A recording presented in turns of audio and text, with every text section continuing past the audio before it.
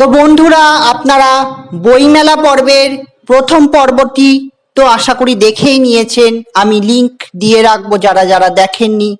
তো এখন আমি স্টল ভ্রমণ করছি এবং সবচেয়ে বড় বিষয় যে শুধু যে স্টল ভ্রমণ করছি এমনটা শুধু নয়, মানে আমি নিজেও ধন্য সমৃদ্ধ যে এখানে আমার নিজের সৃজন, আমার নিজের কলমও কিন্তু স্টলে রয়েছে এবং বিভিন্ন স্টলে রয়েছেন। তো সেই স্টলও আমি ভ্রমণ করেছি।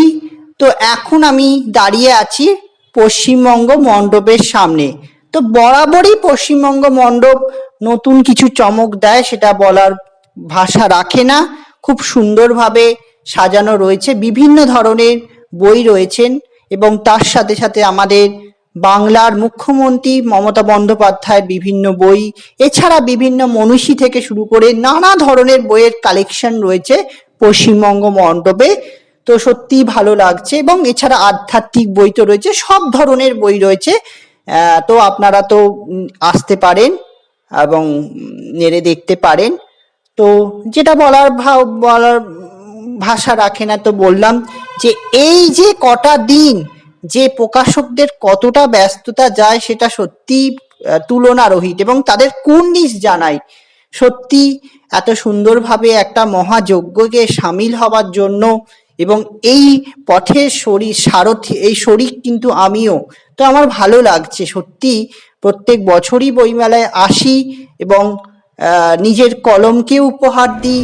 তো এখন আমি উপস্থিত হয়েছি জাগো বাংলা স্টলে, পশ্চিমবঙ্গ সরকারের। এই মণ্ডপটি কিন্তু প্রত্যেক বছরই নতুনত্ব চমক দেয়, আপনারা জানেন।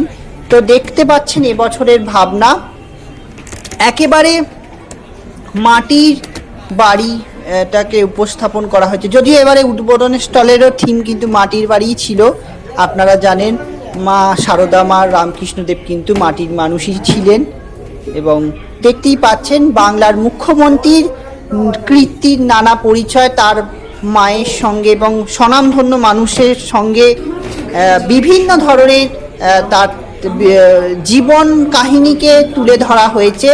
সেইগুলোকে খুব সুন্দরভাবে উপস্থাপন করা হয়েছে ফ্রেমের মাধ্যমে।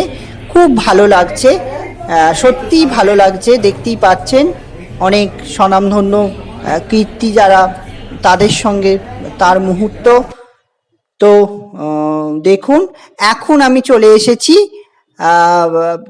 আরেকটি স্টলে, যেটা হচ্ছে অপু দুর্গা থেকে শুরু করে সত্যজিৎ রায়ের কে ঘিরে এই উপস্থাপন করা হয়েছে। তো এখন দেখতে পাচ্ছেন অভিনেতা পরাণ বন্দ্যোপাধ্যায় আজকে ওনার লেখা একটি বই প্রকাশ হচ্ছে, সেই উপলক্ষে এসেছে। তো ভালো লাগছে, দ্বিতীয়বার ওনাকে আমি কাছ থেকে দেখলাম।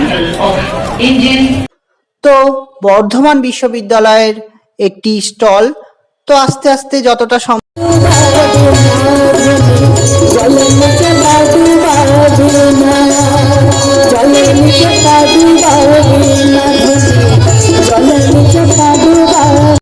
তো এখন দেখুন বন্ধুরা, এবছর বইমেলার যে থিম, সেই থিমের উপর ভিত্তি করে সেই মণ্ডপ এবং সেই বই, সেখানকার বইয়ের সম্ভার আপনারা দেখতে পাচ্ছেন।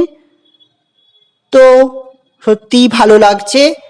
তো এখন দেখতে পাচ্ছেন গিল্ড হাউসের যে মঞ্চ, তাদের থিম এবং বইমেলার যে সন্ধ্যাবেলা, গধূলি বেলা সেই ভিড় জমজমাট বইমেলা চত্বর।